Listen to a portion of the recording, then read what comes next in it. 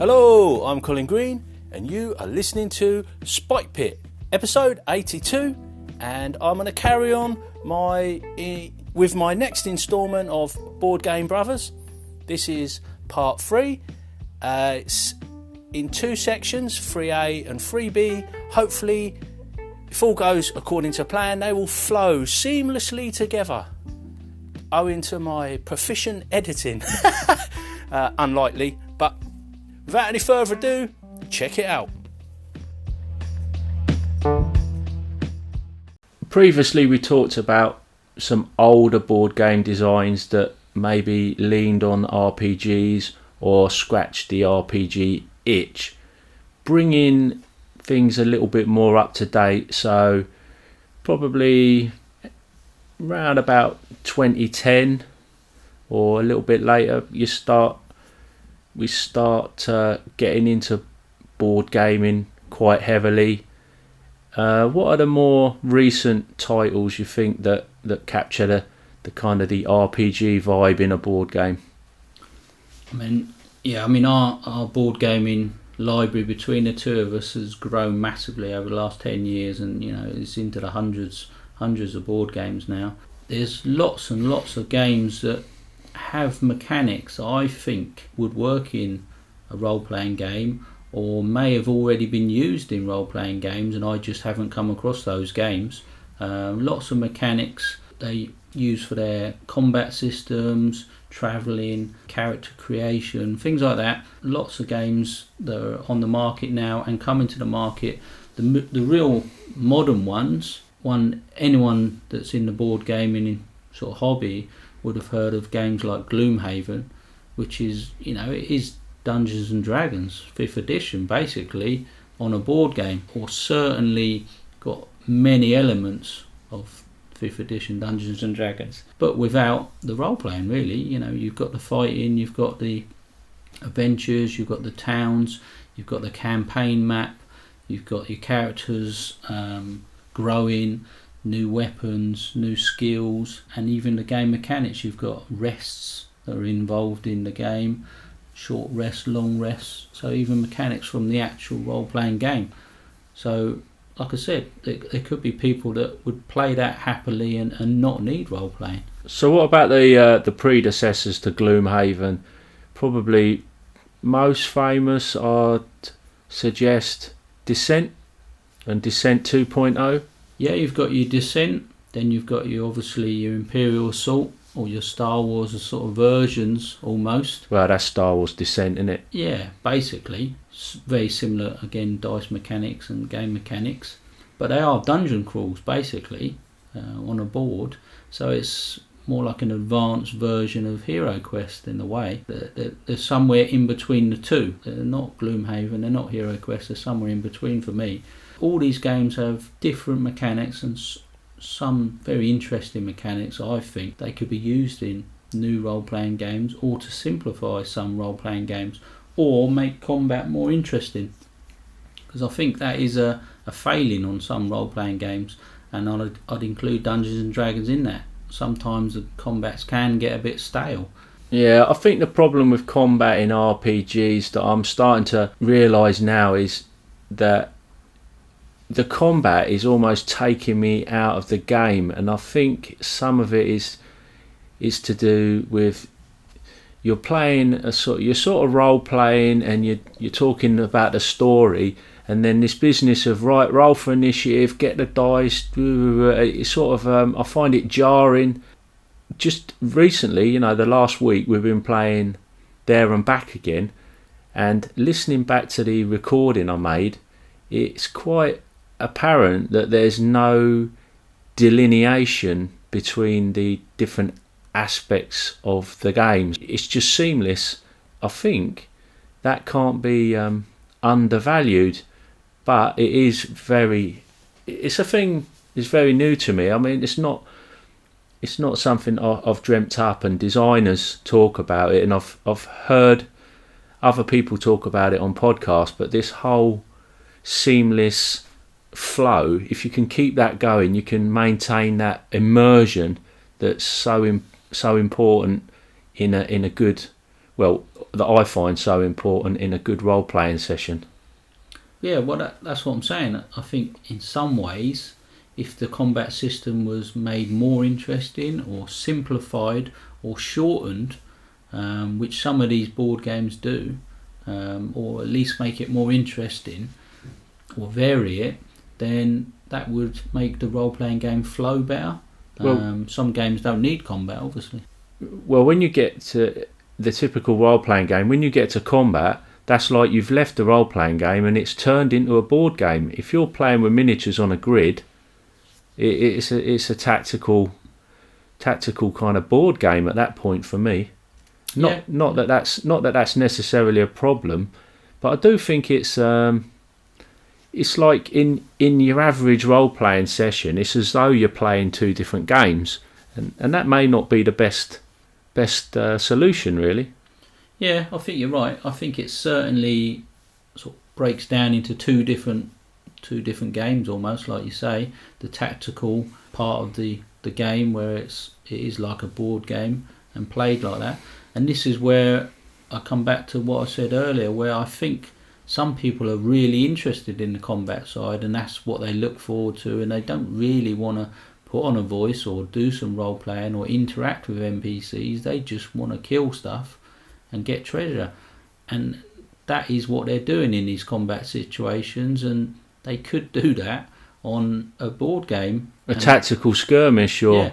And then there's other people that probably want to reduce the amount of combat because they find it is just a dice rolling exercise and heavily luck based, and not really interested. They don't want to spend 2 or 3 hours of a session rolling dice and using their abilities. They would be rather interacting with the other characters and the GM and the NPCs and doing the role playing side of it. Yeah, because it's not that. So you get people that they maybe just want to tell a story and interact with NPCs and not really get involved with the fighting. But it's not really the fighting that I'd strip out. It's just the on the grid board game aspect that I'd strip out of my RPGs and go for I like a I can never say that word. I can't say it. Cinematic. A cinematic. A cinematic. I like a cinematic style of play that's pretty fast moving, and I want the action, and I've got no trouble with stuff getting blown up and action sequences. But then, if that takes too long, then the drama's drained away, and yeah, I think kind of reverting into a board game at the point where it should be most exciting in the session is not good. Yeah, that's again probably where we vary a bit, because yeah, I think the combats can be slow and they tie it down, but I struggle to not be using some sort of miniatures or a map or roll d20 or something where I can see where things are and have a visual guide or a visual aid for my imagination to fill in the gaps of what's going on. If it's just theatre of the mind and it's a combat situation, I do find that I'm struggling to picture where everything is and what my character does, and then I start to, don't come up with the more role-playing side of it, and it does come down to just, well, I'm just going to attack that guy. If I could see what was going on more, then I may come up with better ideas or more adventurous ideas, role-play my character a little bit better. So yeah, I think the visual thing helps me. Yeah, it's different to what you're saying there, but yeah, it certainly does sometimes drag out, so a happy medium needs to be made, I think. What do you think the answer to that is then? It doesn't necessarily sound like you've got an answer for that. No, I'm not saying I've got an answer. I'm just saying that with the board games, you know what you're going to get. You go in knowing what you're going to get, and you play the game or you don't play the game. With the role playing, sometimes you get a lot of role playing, sometimes you get a lot of combat, but you don't know what's going to happen. Some players like the role playing, some players like the combat, So I guess that's down to your players and the GM to know what your players like. And it's been mentioned many times before with the sort of session 0, whatever. What are you looking to get out of your role playing? What do you enjoy the most? What do you not enjoy the most? I guess. But it's just coming back to, are people just going along and joining in the role playing because they like the combat and the board game aspect, or are they more interested in role playing side of it, and perhaps there should be more game systems that simplify it, or even sort of almost remove the combat from the whole game. I think what you touched on about board games, one of their strengths is the fact that it's clearer. You kind of know what you're getting into with a board game. You can look on the back of the box, you can read the blurb, you can see pictures, you can listen to reviews, and the board game is going to be played pretty much the same with different groups. But you pick up an RPG, for every group that sits down at the table with a different dungeon master or GM, it's very likely that you're going to get a totally different experience, and that's probably a bit of a problem, maybe. I don't know. I mean, the example I would use is Mel, my other half. She's recently stopped doing the role playing, and she's now joining us on a Monday night doing the board gaming. And when I spoke to her about it, she said, yeah, I didn't mind it, but she liked the sort of storytelling. She liked listening to the story, being involved in the story, making some decisions.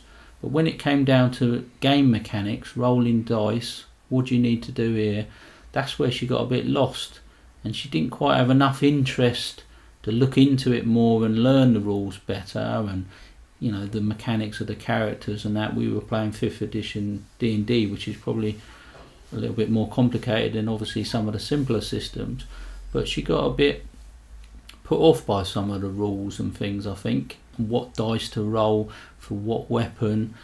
She was new to it, and we probably didn't go through it well enough with her at the start, but she liked the story aspect, and she liked the finding out what was going to happen to the characters next week type thing.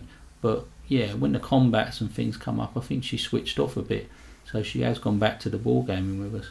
So, from what you say there, that's quite a strange position to be in, because I'm hearing a couple of different things. Firstly, I'm hearing that potentially there's a question of investment, player investment. So getting into an RPG from the outset, especially something like 5e, I think it's fair to say that you've got more player investment up front than you would going into your average board game where you sit down and you're told the rules and you start playing. The other thing that's, I think, maybe almost contradictory, is that she likes the story and the narrative, but then she don't like the system stuff, the crunchy rulesy type of stuff. That almost seems like it's going to take a very particular type of board game to meet the narrative requirements, but perhaps board games are a little bit more straightforward with their mechanisms, or more clearly defined because there's less variables. Well, they're certainly clearer. The rules are, cut and dry generally. You might have to reference the rules, but you look it up and it tells you, yes, you can do that in this situation, or no, you can't do that. I think when we would ask Mel, what do you want to do in this situation? It was, well, what can I do? Was sometimes the sort of the comeback, or what do you think I should do? Because it wasn't cut and dry what to do in the situation, and it was almost a bit overwhelming what options there are. Or like I said, there wasn't the investment for her for time and interest in the game to learn what she could do and what she should be doing. And it is quite a time investment. A campaign goes on for many weeks and many hours, whereas a board game will last generally an hour and a half, 2 hours, or an evening. You have a winner, you have the others don't win, or if you're playing a cooperative, you win or lose as a team. And it's a one shot, like you were saying before. So maybe Mel would prefer sort of one shot games where you play a simpler system, you know what you're doing, you do a bit of role playing, and you're finished in one night. Well, I would say that we've done one shots. I've run a number of them with Mel involved, and I actually think that you're onto something there. She definitely got more into those. The likes of Goblin Town by Ray Otis was particularly successful with Mel. It had a strong story. It was quite exciting, very simple. I also did Sorcerers and Sellswords, also by Ray once again.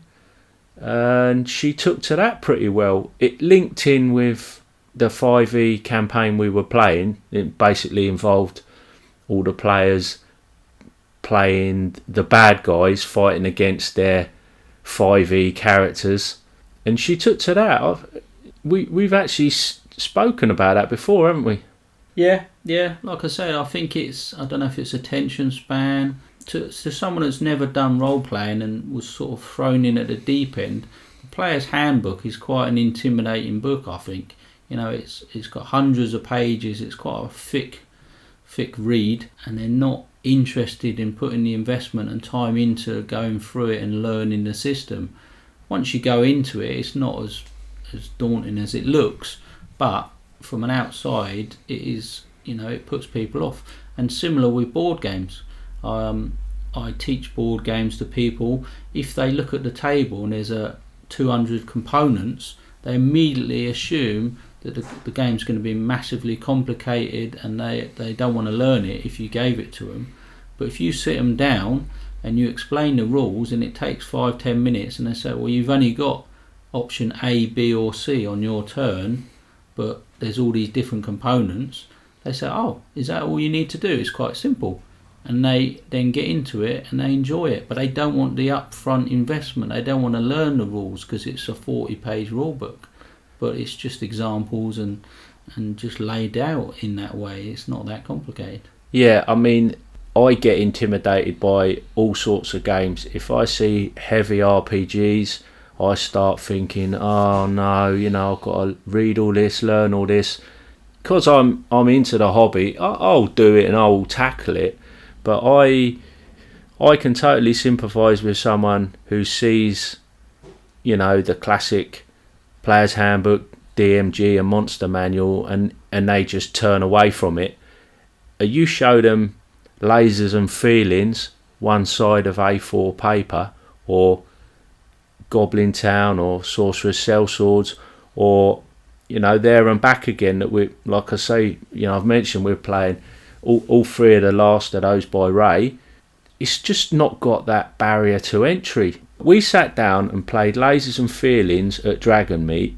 What was it? 15 minutes probably, talking about it, making up characters, a little break for the GM to come up with an adventure based on a few questions that he asked us following character generation. But all of that was done within about the space of 3/4 of an hour, and then we played for another space of 15 minutes, and then we played for another, I think it was probably an hour and a half, hour and 3/4, played a full session to conclusion. Yeah. We'd never, I think I might have seen that game. I think I was familiar with the game but not played it, but you'd never even set eyes on it, had you? No, I never heard of it. The thing I liked about that was it was massively player led. He would put us in a situation and he would say, well, what does this look like? Or, well, where did you come from? Or, what are you doing here? And they're all questions that we would just come up with answers off the top of our head. And suddenly you think, oh yeah, I can understand that character. I know exactly what he looks like. I know where he comes from. I know what he's going to do.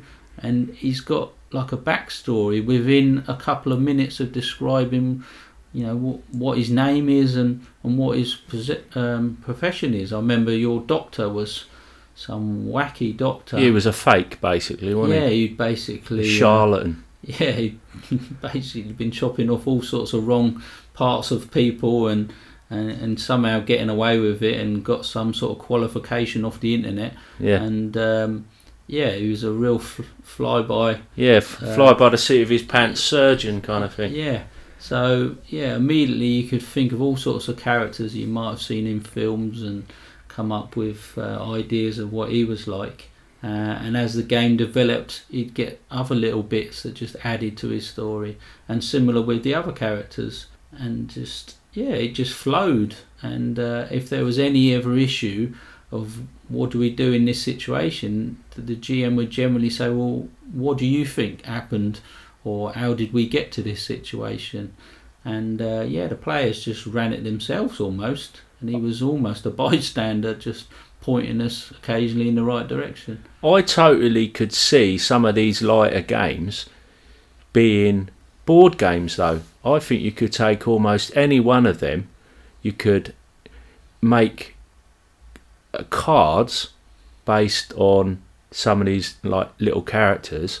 You could theoretically throw a map in there and a couple of scenarios, and you could turn them simple one-page RPGs into board games. And I think they share a lot of common DNA. And this is only a thought that's just coming to my mind now, but we've had this discussion, and that seems like the most improvised kind of pulled off the top of your head style of play.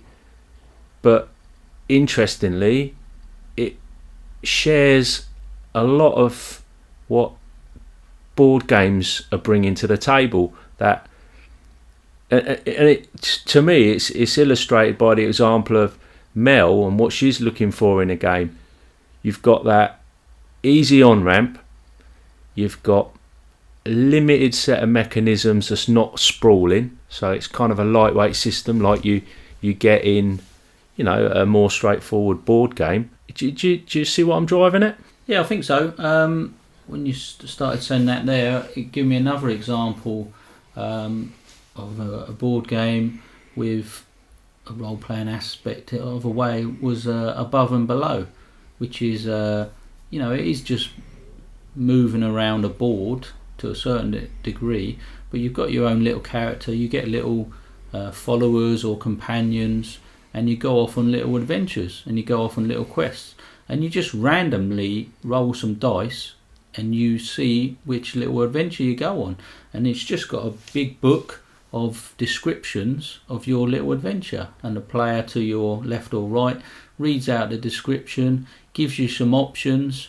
What route do you want to take? Do you want to help the old lady, or do you want to walk past the old lady? And depending on what option you take, it will give you a reward or a penalty.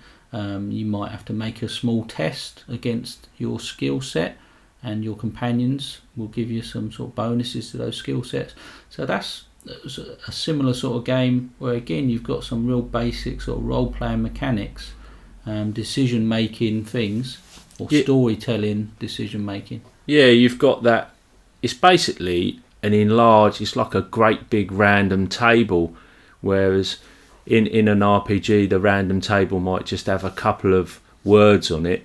It's each result in that game is a couple or a few paragraphs, like a chunk of story, and it takes an RPG and a kind of choose your own adventure fighting fantasy idea, mashes them together and sticks them into a bit of a board game, because you've got mechanisms for advancing and growing your little settlement or whatever it is you're doing. But it's still got that collecting resources for points, because it's a board game. Generally the end result is whoever's got the most points, so you're trying to collect certain items, but it does also play on special abilities. So some of your characters' special abilities, or more the companions, will be good at fighting, or they'll be good at investigating or looking around for things, or they may have special abilities that only affect certain scenarios or little adventures that they go on. So it does play to those sides of a role-playing sort of game as well. So I think it's quite a good example where it's crossing over because you still come back to the board and you've still got to collect your items and get your points. But you could totally, if you wanted to, you could totally hack that game, take out the book of stories, or perhaps keep the book of stories but introduce a referee like a dungeon master character, and you could make that game, you could RPG up that game, you could dial up the RPG and use the board game aspect, the resource management and progression in the game. You could use that as your advancement system within a little RPG game. It's not traditional. It could certainly be done, and I think there's a few board games that you could dial up the RPG, or vice versa, take an RPG and dial up the board game, which is done more commonly. You know, you look at 4th edition Dungeons and Dragons, that is basically an RPG with the arcade game and board game dialed up to an extent that a lot of the RPG community rejected it.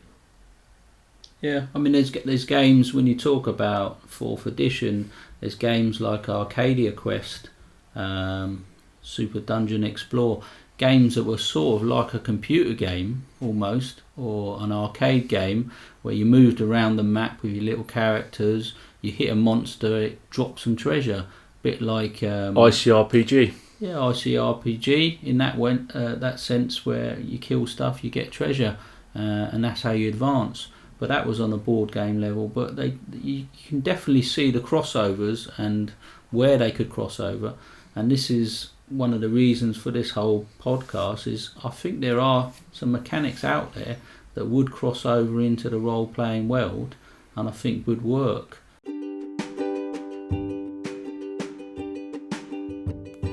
There you go, that concludes part 3 of Boardgame Brothers. In the next instalment, part 4, we'll be talking about sort of some of our conclusions and ideas that have come from the discussion, really, talking about different ways of using dice, and in particular we talk quite at length about cards and randomizers. So tune in for episode 4 to hear how that went. Later on today, I am excited to be playing in a playtest of BX Essentials Advanced Classes with Gavin Norman of Necrotic Gnome, and tune into a future episode to hear how that goes. Once again, thanks for listening. Take care of yourselves, and I'll catch you later.